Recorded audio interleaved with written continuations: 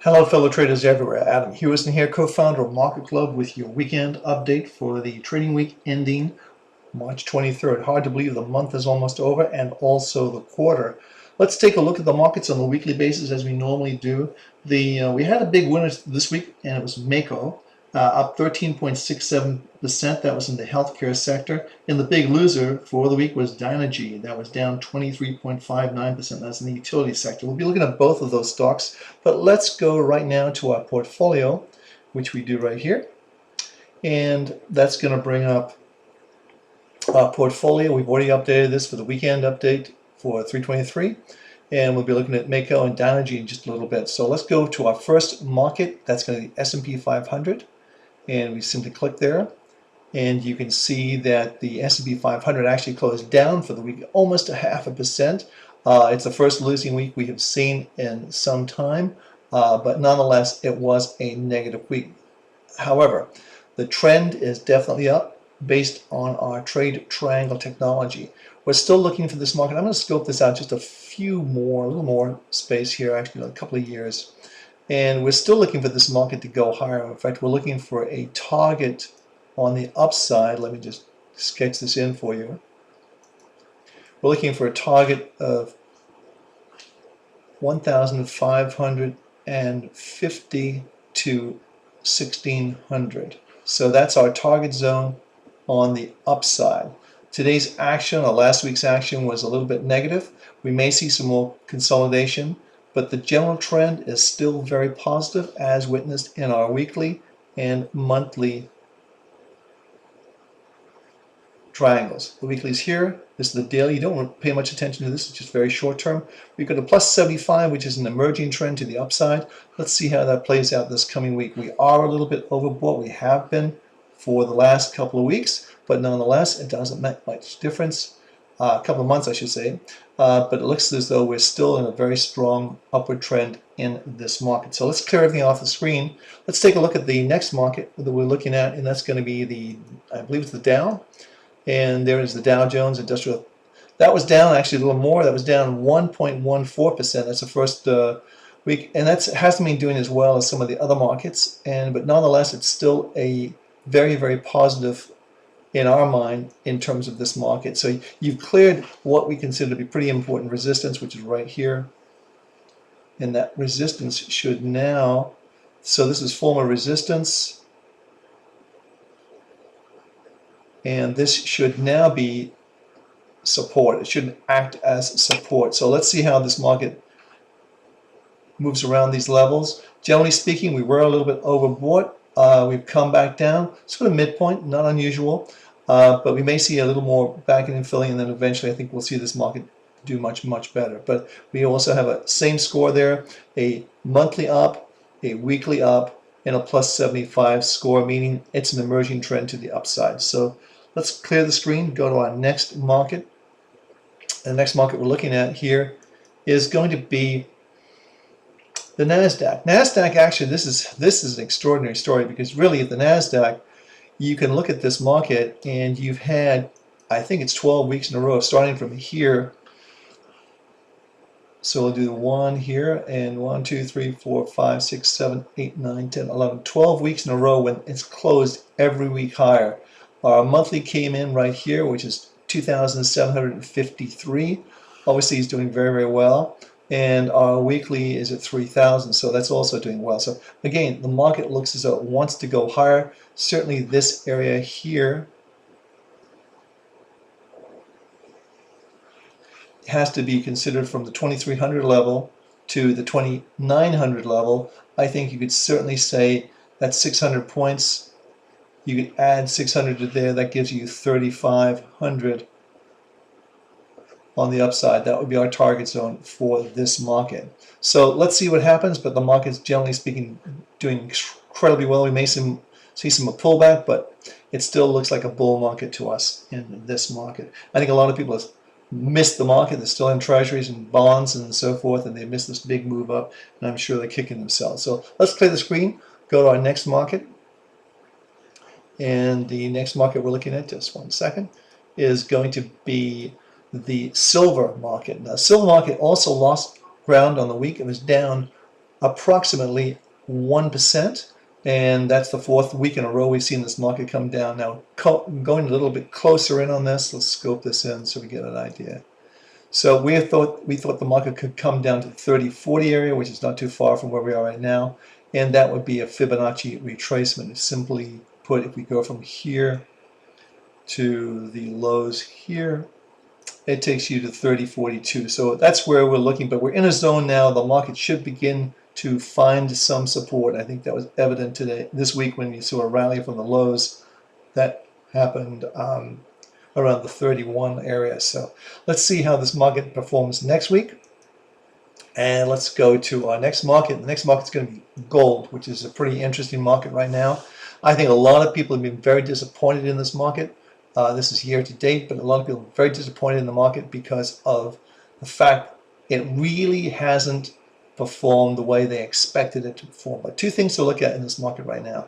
One is obviously the very clear downward trend we're seeing in gold. For example, the monthly is down, the weekly is down, only the daily is up. Very minor thing, minus 85, meaning a strong downward trend. This current week was indecisive, as we has like a doji, very similar to this one here. And I would say there's still room on the downside. We're looking for 1620 to 1600, somewhere around these levels. So 1620 to 1600 is a target. That would be a Fibonacci retracement. You also have the Williams %R getting in an oversold condition, very similar to here, and also here, and also here. So when you're down to these levels here, you can see there's a sort of a natural cycle going on here. And we're looking for this market to be on the defensive until the end of the month, which is the end of March, which is pretty close to where we are right now. So be on the lookout for this market on the upside. So let's clear the screen.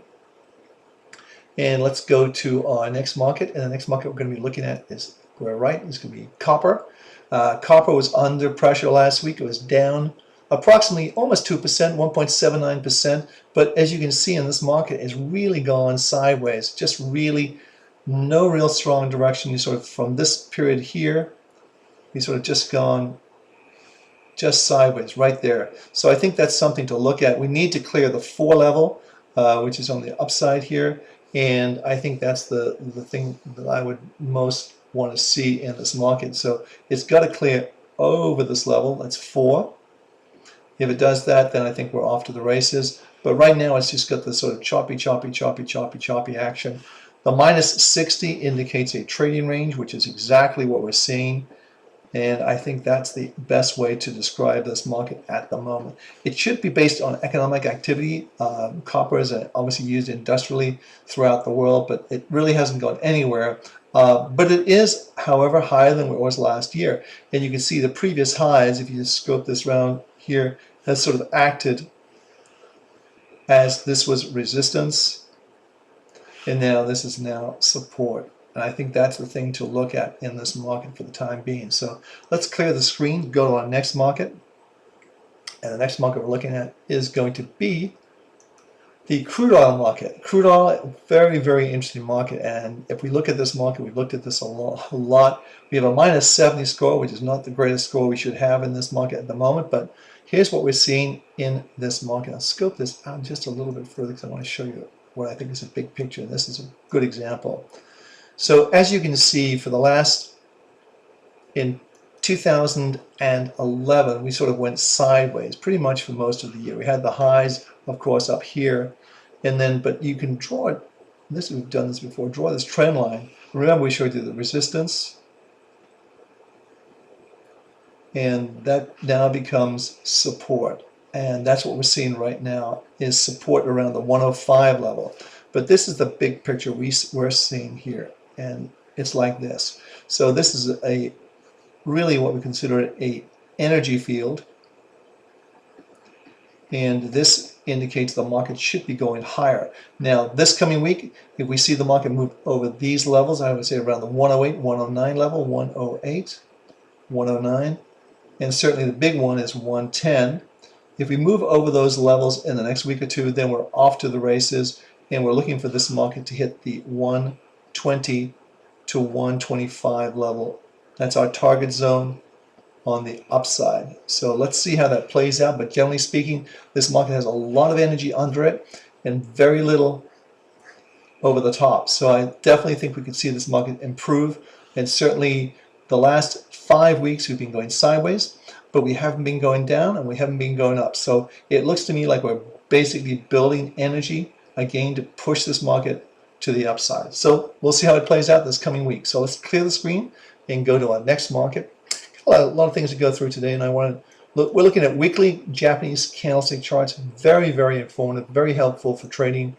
And I like to look at the weekly charts. I think just it's a big help. This is basically a 1-year chart of the USO, a very popular ETF. And again, it's showing you a plus 55, indicating a trading range, but you can see how it's sort of stayed around these levels. I would say this coming week, if you see the market go over the 4150 area, I would say you're probably looking at this market in a very strong different line. So that's a very key area to look at. 4150 is a very key level on the USO this coming week. So let's go to our next market, and we're looking at the euro dollar. This market is kind of a little bit mixed. Our monthly and weekly trade triangles are negative. However, the market did put in a good performance. The euro dollar put a good performance in against the dollar. It actually closed up 0.72%. I know that doesn't sound like a lot in trading terms for equities, but for the international currency markets, that's a big move in 1 week. So let's see how that plays out. Generally speaking, we have to say 65 is a trading range. And I think really, if you look back here, starting in January 22nd, this market's been going pretty much sideways, bounded by 130 on the downside and 134 on the upside. So let's go to our next market. That's going to be the dollar index, of course. And the dollar index has done much the same thing. You can see it's sort of, we're plus 55 there. The market should be going up. It really needs to hold around the 79 level. I would not like to see it go below 79. But generally speaking, the trend is on the upside in this particular index. And if you scope this out just a little bit further, you can see how it's made a turn, but it really is not running away on the upside. I think that's going to be, we'll have to watch and see how that plays out. But generally speaking, the line of least resistance for the moment, longer term, is on monthly, and that's saying the market should be going high. It's been long from 76. And you can see there's the monthly right there back on July 12th at 76.61. So you can see the corresponding number there. So let's go to our next market. And this is the CRB Reuters Jefferies Index. And this is something which is really, really important. This is what's going to define inflation for us. The one thing I wanted to say with this market, you really have been in lockstep with a very broad trading range. And I think that's the key thing to look at. You've sort of been locked in this, if we just draw a very simple line across the top here, this 325 area on the upside, and on the downside you've got right here this 295, and we're sort of stuck in the middle. If we just take a middle number here, we're stuck in the middle around 310. So I think that's the important thing to look at. So in between these two numbers, you're sort of oscillating, but you still have this sort of overriding sort of sideways trend. I think it's going to be resolved. If crude oil goes to the 120, 125 area, then we'll see this market, this index shooting up to the upside. So let's see how that plays out. But the market was down for the week, and let's see how that plays out this coming week. So let's go to our next market. And the next market we're going to be looking at is going to be a couple of, if I'm not mistaken, a couple of stocks. The first one is Mako Surgical. Had a big move last week. It was the biggest winner in all the stocks we track. It was up approximately 13.53%. And I think what's interesting to note is the monthly trade trials got long at 38.49. So very positive. Everything's a go plus 100. And it looks as though like we're seeing this market do much, much better. And I think that's definitely a plus for us here. So it looks like it wants to go higher, move that. New highs, 52-week highs, everything's a go in this market. So next market is going to be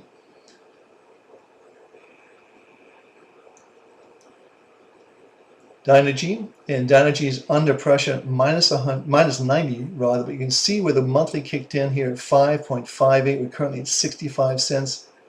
The trade triangles work. This is the biggest loser last week. It lost approximately 32.49%. So it shows you just how these stocks do get in trends, and the trade channels capture those trends. Hey, this is the weekend. I want to get some weekend in with the family. I'm sure you do too.